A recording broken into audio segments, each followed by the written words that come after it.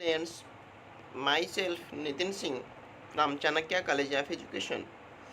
आज के वीडियो में हम लोग सहायक सामग्री कौशल के बारे में डिस्कशन करेंगे, इसके कंपोनेंट्स के बारे में। इसके पहले के वीडियो में हम लोगों ने सहायक सामग्री कौशल के क्या डिफिनीशंस हैं, उसके क्या अर्थ हैं, सहायक सामग्री को डिजाइन करते समय किन किन बातों को ध्यान रखना चाहिए, इन सब बिंदुओं पर हम लोगों ने चर्चा किया है। आज इसी कड़ी में देखते हैं सहायक सामग्री कौशल्स के क्या क्या कंपोनेंट्स हैं। इस कंपोनेंट्स के बाद हम लोग एक एडे लेसन प्लान देखेंगे सहायक सामग्री कौशल्स का, और लास्ट में इसे भी देखने का प्रयास करेंगे कि इसका रेटिंग कैसे करते हैं। खैर, अभी हम सहायक सामग्री कौशल्स के क्या क्या कंपोनेंट्स हैं, क्या वांछनीय घटक है, क्या अनडिजायरेबल कंपोनेंट्स हैं, क्या डिजायरेबल कंपोनेंट्स हैं, इन बिंदुओं के बारे में चर्चा करते हैं। वीडियो को आगे बढ़ाते हैं। कौशल के घटक किस कौशल के हैं? सहायक सामग्री कौशल के घटक हैं। इसमें इस कौशल के क्या क्या कंपोनेंट्स हो सकते हैं उसको हम समझते हैं। पहला कि शिक्षण सहायक सामग्री की उपयुक्तता।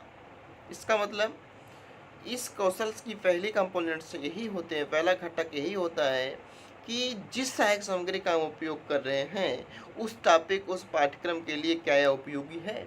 इस बात का हमें ध्यान देना आवश्यक हो जाता है कि किस या इस सहायक सामग्री कौशल की उपयोगिता बनी हुई है, उपयोगी है कि नहीं है, उस टॉपिक के सब टॉपिक में या उस टीचिंग पॉइंट्स में, उस शिक्षण बिंदु के उस शिक्षण पॉइंट में क्या वह सहायक सामग्री कौशल जो उपयोग किया जा रहा है उपयोगी है या नहीं, इस बात का भी हमें प्रयोग करना चाहिए। इस बात को भी ध्यान में रख कर के कौशल्स का उपयोग किया जाना चाहिए। ये डिजायरेबल कंपोनेंट्स हैं, इस बात को स्वीकार करना चाहिए। वांछित घटक है कि कौशल्स की सहायक सामग्री की उपयोगिता है कि नहीं।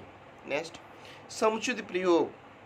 हमें जितना ही आवश्यकता हो उतना ही सहायक सामग्री का एक शिक्षण प्लान में उपयोग किया जाना चाहिए या उपयोग करना चाहिए। ऐसा नहीं है आवश्यकता से अधिक हम सहायक सामग्री का ही उपयोग करें, ये चीज़ें भी अच्छी नहीं है, ये वांछित घटक के अंतर्गत आते हैं।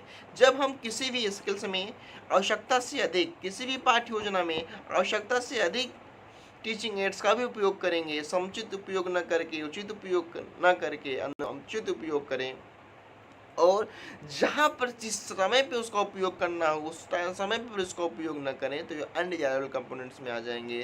डिजायरेबल कंपोनेंट वांछित घटक यही हैं, वो समुचित उपयोग किया जाना चाहिए। नेक्स्ट, प्रासंगिक।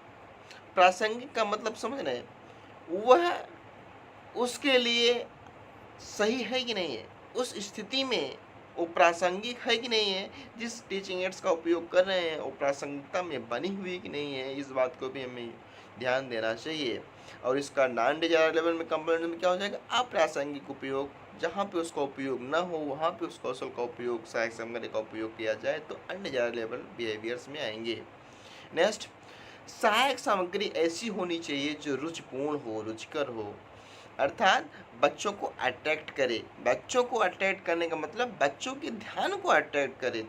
हम बच्चे के ध्यान को शिक्षक की तरफ या अपने शिक्षण बिंदु की तरफ, जिस शिक्षण पॉइंट्स को हम बच्चों को, टीचिंग पॉइंट्स को बच्चों को समझाना चाह रहे हैं, उस पॉइंट की तरफ आकर्षण किया जाना चाहिए। इस प्रकार के सहायक सामग्री का निर्माण किया जाना चाहिए, इस बात को भी हमें ध्यान देना चाहिए। और बस ऐसी सहायक सामग्री जिसमें बच्चों की रुचि ना हो और नॉन डिजायरेबल बिहेवियर्स में आ जाएंगे। नेक्स्ट, आकर्षण अक्षर का समुचित आकार। ये भी चीज़ें बहुत इंपॉर्टेंट हैं। कक्षा के आकार के अनुसार, कक्ष की संख्या के अनुसार ही हमें इसके टीचिंग एड्स का उपयोग किया जाना चाहिए। मान लेते हैं छोटी सी कक्षा है, 15 बच्चों का या 20 बच्चों का, 10 बच्चों का, 5 बच्चों का, तो उसके लिए हमें कैसी सहायक सामग्री के लेटर्स कैसे होनी चाहिए, उसका आकार क्या होना चाहिए, लास्ट बेंच तक बच्चों तक समझ में चीज़ें आ रही हैं, फर्स्ट बेंच या मध्य क्रम के बच्चों की चीज़ें जो ब्लैक बोर्ड पे लिखी जा रही हैं, हम जो कौशल या सहायक सामग्री ऐड का उपयोग करना चाह रहे हैं, वो लास्ट के कॉर्नर तक के बच्चों तक विजिबल है कि नहीं है, उसका साइज कैसा है, इन सब बात को ध्यान देकर ही सहायक सामग्री का निर्माण किया जाना चाहिए।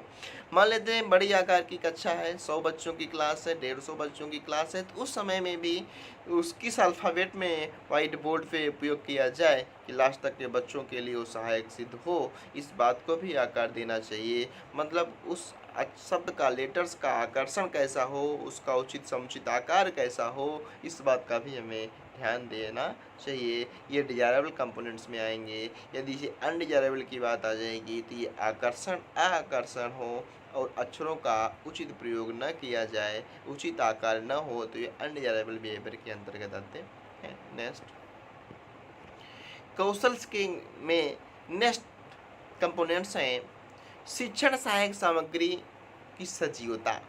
जो टीचिंग एड्स हम प्रेजेंट कर रहे हैं अपने विद्यार्थियों के समकक्ष, वो सजीव है। सजीव का मतलब दैनिक जीवन में उपयोगी है, वर्तमान लाइफ से रिलेटेड करके है। अर्थात ऐसे टीचिंग एड की उपयोग हम करने से बचें जो प्रत्यक्ष जीवन में, या हम ये कह सकते हैं अपने व्यवहारिक जीवन में बच्चा उसका उपयोग न कर सके, न जान सके, या उसको समझने में कठिनाई हो, तो इस प्रकार के सहायक सामग्री से हमें बचना चाहिए। यही बताया गया कि जो सहायक सामग्री हम बना रहे हैं वो सजीव है। सजीवता का मतलब ऐसा उसका प्रत्यक्ष अवलोकन बच्चा कर सके। अब देखिए यहाँ पे दो बातें आ जाती है। प्रत्यक्ष अवलोकन में ऐसा नहीं है जैसे हम मैप पढ़ा रहे हैं, मैप ज्योग्राफी में मैप नक्शा, भारत के नक्शे में हम भारत के अलग अलग सिटीज़ की बात कर रहे हैं, अलग अलग पोर्ट की बात कर रहे हैं, रिवर्स की बात कर रहे हैं, प्लेटू की बात कर रहे हैं, तो इसको हम मैप में बनाएं। अब यहाँ देखिए मैप की सजीवता, इसका मतलब ये नहीं हुआ कि मैप में व्यवहारिक जीवन का उपयोग कर सके, हम उसको रिवर के बारे में बता रहे हैं और प्लेटू के बारे में बता रहे हैं, सिटीज़ के प्लेस के बारे में बता रहे हैं, रिवर्स के ओरिजिन्स के बारे में बता रहे हैं, ओशियंस के बारे में बता रहे हैं। तो यहाँ पे हम वो जो फिगर का उपयोग कर रहे हैं व्यवहारिक जीवन में उसका उपयोग तत्काल नहीं कर सकते, लेकिन उस मैप से उस प्लेस को बात बताएंगे जो वर्तमान में है, जिसकी सजीवता बनी हुई है। इसका मतलब, कहने का मतलब, जो टीचिंग एड हम उपयोग कर रहे हैं वो क्या वर्तमान समय में रिलायबल है, सजीव है, प्रासंगिक है, इस बात का भी हमें ध्यान देना चाहिए। नेक्स्ट संवर्धित सहायक सामग्रियाँ। संवर्धित, यहाँ पे संवर्धित जो शब्द है, संवर्धित का मतलब आप अर्थ ये समझेंगे या ये समझने का प्रयास करेंगे, ऐसे टीचिंग एड्स जो सहायक हो सकें किसके लिए, ज्ञान के संवर्धन में, बच्चों के ज्ञान को संवर्धन करने के लिए ऐसे संवर्धित सहायक का उपयोग करें जो संवर्धित हो, न्यायपूर्ण हो, उचित हो।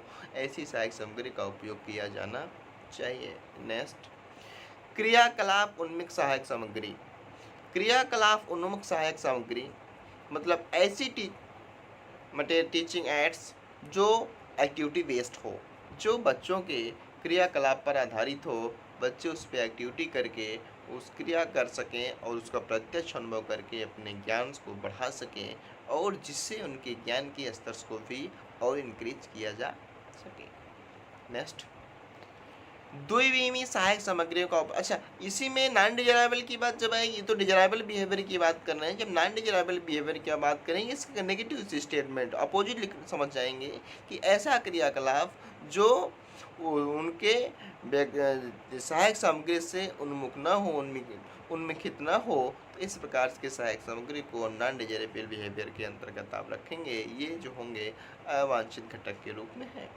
नेक्स्ट द्विविमीय सहायक सामग्रियों का उपयोग, ये टीचिंग एड्स में भी बहुत इंपॉर्टेंट हो जाता है। जब गणित जैसे प्रत्यय को बच्चों को समझा रहे होते हैं, गणित में मान लेते हैं हम ज्योमेट्री या ज्यामिति की बात समझा रहे होते हैं, एंगल की बात, कोन्स के बाद, ट्रायंगल्स के बाद, रेक्टेंगल्स के बाद, ट्रेपेजियम की बात, जब हम क्वाड्रिलेटरल की बात जब समझा रहे होते हैं तो इसमें हम जब 2D फिगर बनाते हैं 2 एक्सिस पे, मतलब जिसमें केवल 2 ही बीमाएँ होती हैं, या लंबाई या ब्रेथ, चौड़ाई या ब्रेथ, ऊंचाई या लंबाई, तीनों में कोई जब 2 बीमाएँ होंगी, उस बीमाओं का उपयोग करते समय केवल एक्स एंड वाई एक्सिस की जो हम बात करते हैं, उसमें सहायक सामग्री का उपयोग किया जाना चाहिए। मतलब जिस कक्षा के अनुरूप हम द्विबीमी या त्रिबीमी सहायक सामग्रियों का उपयोग करें, जो अनुचित और न्यायपूर्ण हो। इस प्रकार से हम ये कह सकते हैं कि ये जो डिजरेबल और नॉन डिजरेबल बिहेवियर की बात हम लोग किया, ये सहायक सामग्री कौशल के क्या क्या कंपोनेंट्स हैं, आप इन पॉइंट्स को साथ स्किन कर लेंगे क्योंकि ये कंपोनेंट्स काफ़ी इंपॉर्टेंट्स हैं। और इसमें इसकी बात को एक बार फिर रिपीट करते हैं, क्या क्या कंपोनेंट्स हैं। सहायक सामग्री की उपयोगिता, समुचित उसका प्रयोग होना चाहिए, ये सहायक सामग्री प्रासंगिक होना चाहिए, वो सहायक सामग्री बच्चों को रुचिकर होना चाहिए, सहायक सामग्री का जो लेटर हो आकर्षक हो और उसका समुचित प्रयोग किया जाना चाहिए, सहायक सामग्री कौशल की सजीवता बनी रहे, समर्थित सहायक सामग्री का उपयोग किया जाना चाहिए, और क्रियाकलाप उन्मुख सहायक सामग्री का उपयोग होना चाहिए, और द्विबीमी और त्रिबीमी सहायक सामग्रियों का उपयोग किया जाना चाहिए। हमारे टीचिंग हेड्स में, हमारे टीचिंग शिक्षण करते समय इन सब 8-10 जो हमने 10 पॉइंट्स की चर्चा किया हुआ है, ये सहायक सामग्री के डिजायरेबल कंपोनेंट्स वांछित घटक के रूप में हैं। इसी में नान लगा देंगे, नेगेटिव पॉइंट्स स्टेटमेंट बना देंगे तो इसका नॉन डिजायरेबल बिहेवियर्स में हो जाएगा। आज के लिए इतना ही। आज की अभी की वीडियो में हम लोगों ने केवल सहायक सामग्री कौशल्स के कंपोनेंट्स के बारे में डिस्कशन किया है।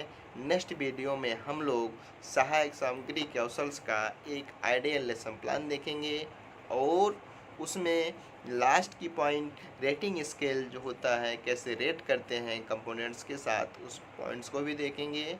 आज भी के लिए इतना ही। Thank you class. स्टूडेंट्स, आप लोगों को वीडियो अच्छा लगा हो तो वीडियो को लाइक करेंगे और शेयर करेंगे। Thank you. और चैनल्स को आल्सो सब्सक्राइब भी करेंगे।